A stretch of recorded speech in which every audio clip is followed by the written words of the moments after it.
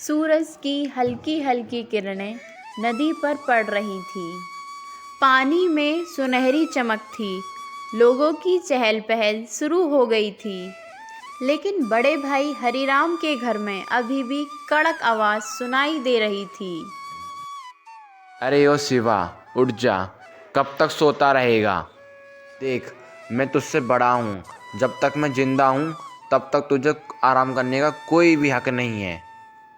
फिर छोटा भाई शिवराम, जो अभी अभी जागा था, बिल्कुल चुपचाप खड़ा हो जाता है और उसकी पत्नी राधा भी डर से खड़ी हो गई। हरी राम बोला, मेरी ही छाँव में रहकर तू अपना पेट को भरता है।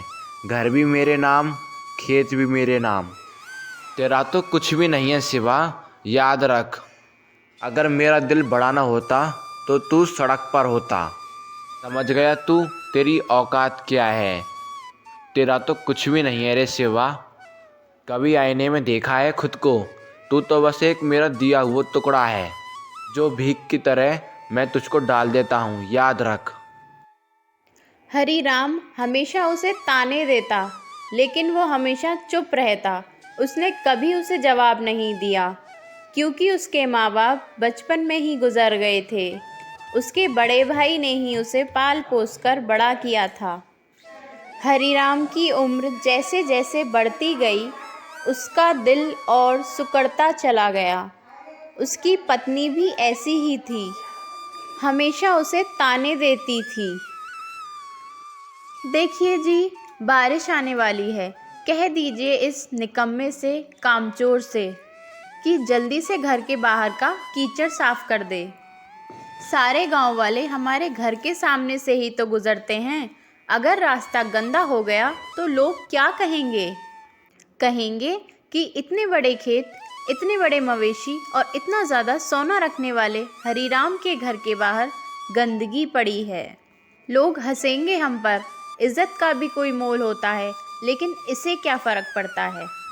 इसको तो बस रोटी चाहिए खाने को, चाहे घर की इज़्ज़त मिट्टी में मिल जाए।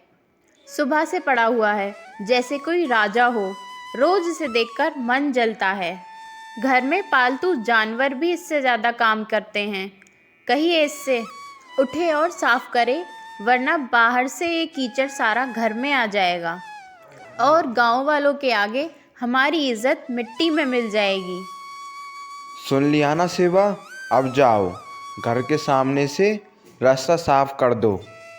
और सुन, मवेशियों के लिए भी चारा काट देना। मैं थोड़ी देर के लिए जंगल में घूम कर आता हूँ। शिवराम चुपचाप घर के बाहर निकल जाता है। शिवराम का दिल बहुत ही भारी था। रोज़ रोज़ अपनी भाई की बातों को सुनकर उसका दिल टूट रहा था। लेकिन वह हर दिन यही सोचता कि भैया ने ही तो पाला है, तो उनका हक भी है मुझे डांटने का। बारिश की बूंदें अब धीरे धीरे गिरने लगी थीं। आसमान में काली घटाएं थीं। बारिश को देखती हुई एक बूढ़ी दादी जो पास में बैठी हुई थी, कहती हैं, अरे नदी का पानी बढ़ेगा आज। ईश्वर सबकी रक्षा करे। हरिराम खेत की ओर निकल पड़ा। जाते जाते शिवराम से बोला, सुन, अगर बारिश तेज हुई और नदी का पानी अगर घर तक आ गया तो सबसे पहले मेरे मवेशियों को बचाना। और वैसे भी तेरा सामान तो कोई काम का भी नहीं है। पर मेरी गाय भैंस मर गई तो नुकसान भी मेरा ही होगा। ये बात सुनकर शिवराम की आंखों में आंसू आ गए, लेकिन वह सिर झुकाकर बोला, ठीक है भाई, आप जैसा कहें। आपका हर हुक्म सराखों पर। और हाँ, अगर खाना खाने का मन करे तो पहले मुझे खिला देना, तू बाद में खा लेना, समझा?